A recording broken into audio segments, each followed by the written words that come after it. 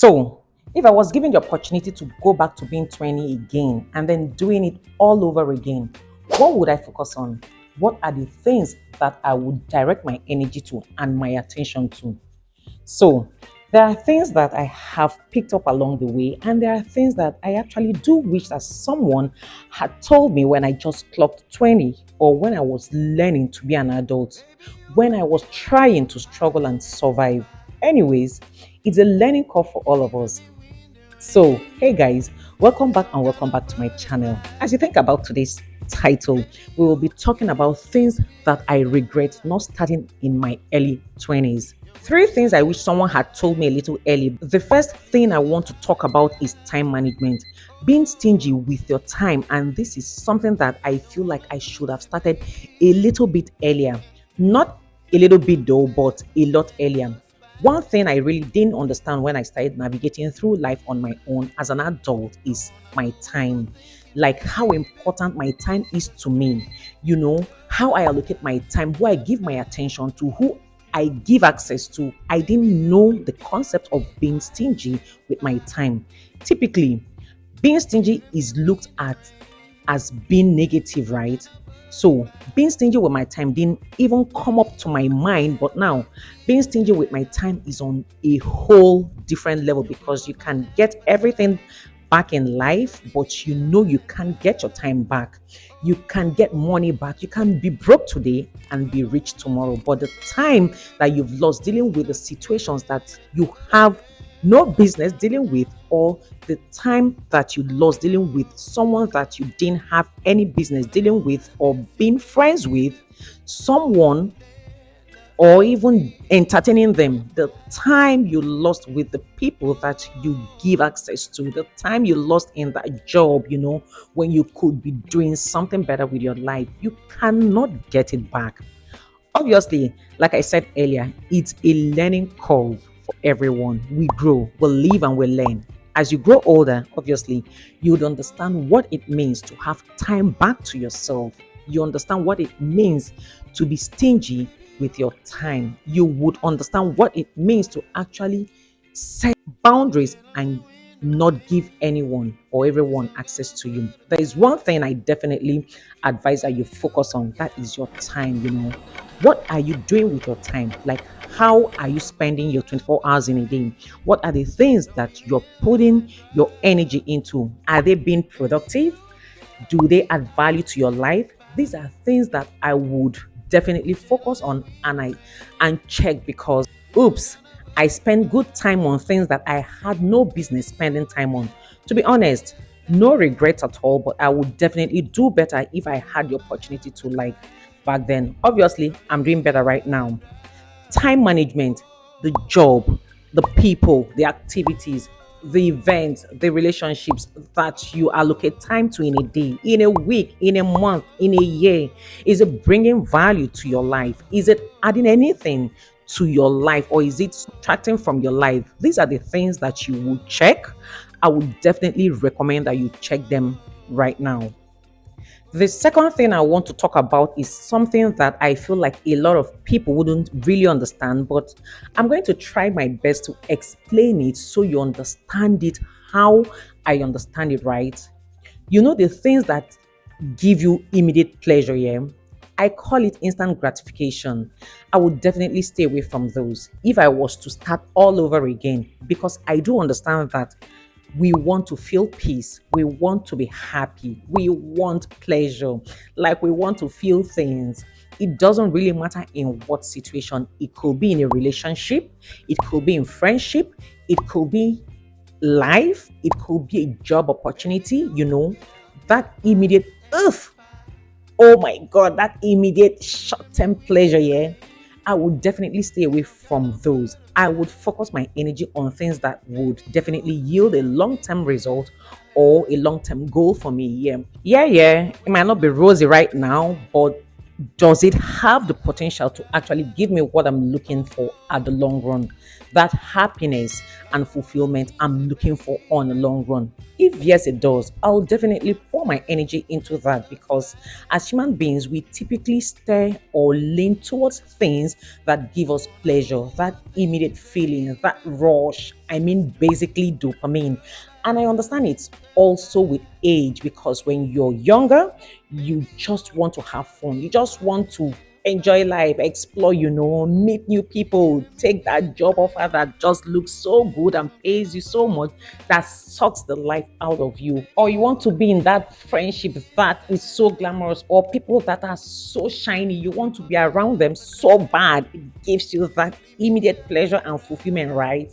Yes. So I can understand if you're in that young phase where a lot of things are just shiny and you are attracted or you're tapped into things that are shiny or glittery or like the luxury of life, right? Long term, they might not actually save you.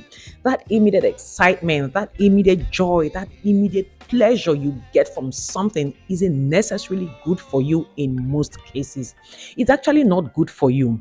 It's just like the bad decisions we make when we're growing up, also with relationships and friendships as well. The immediate butterfly feelings that you get when you start seeing someone or when you're dating someone.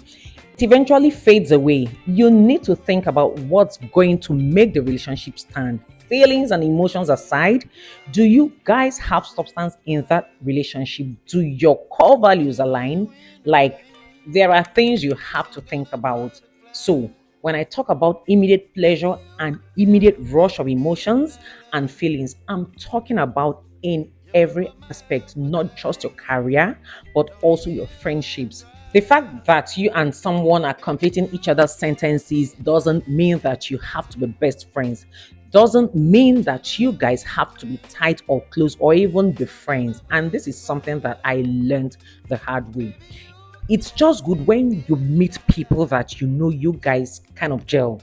I understand that even now, as an adult, like a full blown adult, I will meet people and would have great conversations, but I know to gauge it to a point where I'll start thinking, is this person really going to be in my life long term aside from all the here and there we have right now, all the chit chats we have right now? Are they really, really worth bringing into my circle, into my life, or having some type of access to me?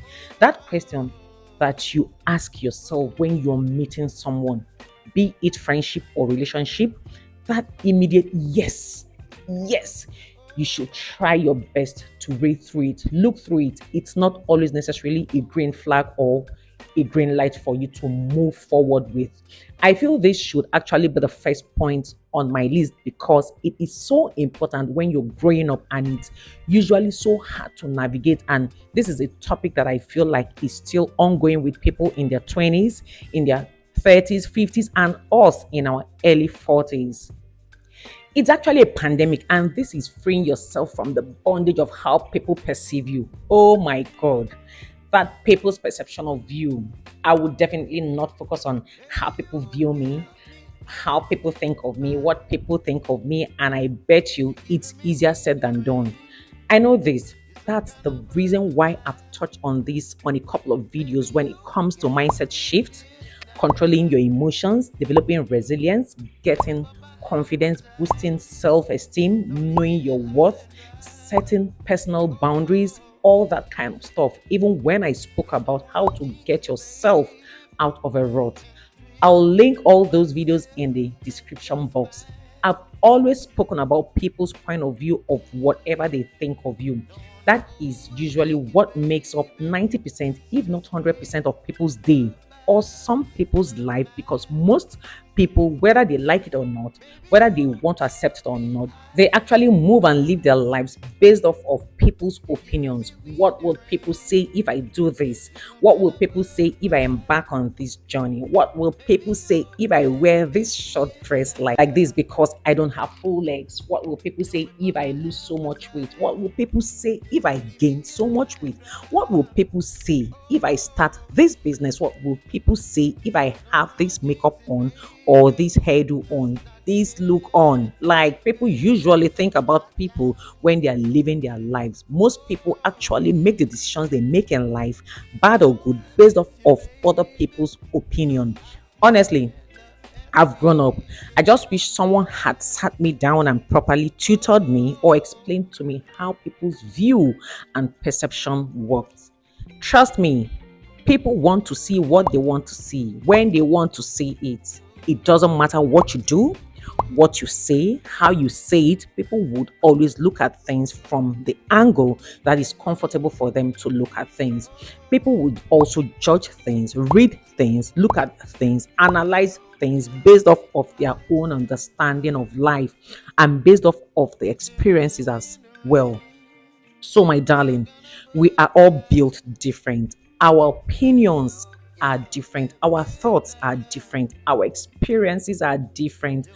Our upbringing totally different. Our characteristics as human beings are different. So are our looks. What might be appealing to me definitely might not be appealing to the next person. People would always judge things based off of that. So whether you try to change the narrative, twist it, coil it, whether you try your best to do whatever it is that you think is best in that situation or will make them happy or please them, they'll still have their opinion, and their opinions cannot be changed by you. Maybe temporarily it could, or you could manipulate their thoughts, but that's just temporary. At the long run, they believe in what they believe in, however, they believe in, and you cannot do anything to change that. So, now tell me, why would you want to live your life based off of someone's opinion of you? Most of the decisions that we make, especially in our early 20s, is because our peers, people around us, family even, this is what they expect of us. This is what they want from us. So we just feel like we have to give them without thinking of what we want. Truly, no regrets, but I wish I did 50% of the things I really wanted to do when I was in my 20s, even when I was in my late 20s. Oh my God, my dreams are still big, but they were so big at that time when I was young. But I just had that fear of the unknown, that fear of thoughts and opinions, that fear of what if it actually goes bad. There are so many things, so many places I wanted to go to, so many things I wanted to do at that age, but I just couldn't. Though I didn't have the resources, there are so many things that we as individuals want to do at a certain point in our lives, but we are so scared of people's perception. We are so scared of people's opinion, while we still have the fear of failure as well at the back of our minds. That one is always there, but it's generally, like, how will the world take it? How will your friends take it? How will your partner take it? How will your family take it? That's usually how it is. I tell you something today: do what you want to do when you still have breath in you. Do what you can when you can, and however you can. I will definitely focus on my thoughts, my own beliefs, my own opinions, most especially because people pleasing is very easy when you're growing up, because you're still trying to have a mind of your own. You're still trying to navigate through your thoughts, your needs, your wants, and all that kind of stuff. So, when you're young, it's so easy for you to be swayed. You're so gullible at that point. People's opinions could be pushed on you, people's thoughts can be imposed on you as well. Try to understand your own thoughts and opinion, whatever situation is in front of you. What do you truly feel about it? Don't get me wrong, it's also good to get second opinion and a third opinion if you're not sure about what you feel, right? But at the end of it all, getting an opinion doesn't necessarily mean you have to take all of it. It simply means that you're getting different perspective. I would suggest you put all those opinions and perspectives from different people on the table with your own thoughts and make something out of it. You're not going to be copying and pasting because you are your own person. You have to live accordingly. I could go on and on talking about this topic because it's a problem that both the old and the young are facing. By the way, if you're getting value, could I humbly ask you to subscribe to my channel and also share with your loved ones? Thank you. Now let's move on to the next point, and I'm gonna say this the way I've been saying it to myself forever. The family you create is much more important than the family you come from. This is something that I have saved up in my subconscious. I live by this. I say this to myself all the time, just so you understand me. When I say the family you create is much more important than the family you come from, I don't mean you should neglect the family you come from. I just mean that your surroundings, the life you create for yourself, the people you let into your life, the family, literal family you create is much more important than the family you come from. You are not made or bound by the family you come from. So you don't necessarily have to, go through that straight line. And again, family doesn't necessarily mean bloodline. I want that to sink in. I want you to live by that. So when you meet people, you have that thought in your head. You're not duplicating, copying, and pasting anything. You're making your own world however you want to make it. I've said it a couple of times and I'm going to say it again. It is your movie. You are the creator, you're the director, the producer, the actor in your own movie. You make it whatever you want it to be, however you want it to be. When you live life like that, you look at life from a different perspective. It will make sense to you, especially people in your life, because whether you like it or not, the lessons and betrayal and everything that we have gathered and experiences we've gathered actually comes from the people that we have associated ourselves with, family or friends, or even the individuals on the street that we've had an experience with. So where you come from, if you think there's anything that needs to be changed, you are the change. You make the change. So again, I'm going to reiterate it. The family that you create is much more important than the family you come from. I'll advise you write it down somewhere so it can sink in. Now, my last point. This is more of an emotional intelligence type of point though. Listen, if I could go back and start all over again, I would focus on training myself not to always worry so much about the future. My future in this case, because 99% of the mental problems that I'm going through or I've gone through, would have just been avoided. I would have saved myself from all those mental problems where I always have stress headaches. I would have saved myself if I had just learned not to overthink things, to take it one step at a time. And again, this might not just seem like the most comfortable or easiest thing to do. And trust me, it isn't, because it's part of being emotionally intelligent. And being emotionally intelligent is awesome. Well, of course, that's a whole ass training on its own, controlling your emotions, because we as humans, we are built on emotions. We have emotions that run deep, especially as women. I will definitely focus on training myself to worry a little bit less. Personally, I worry a lot about the next second, the next minute, the next day, and so on. And again, for people that take things personally all the time, I'll advise you take things lightly, putting everything on the surface level, understanding that people will always be people, and you see them as people when they do things. You see them as imperfect human beings. I know it's hard. It is so difficult to do, especially as you're young, because you're much more vulnerable when you're younger. When you're younger, it's harder to navigate through emotions. Your emotions are running wild, especially as a woman. I would say to start training yourself.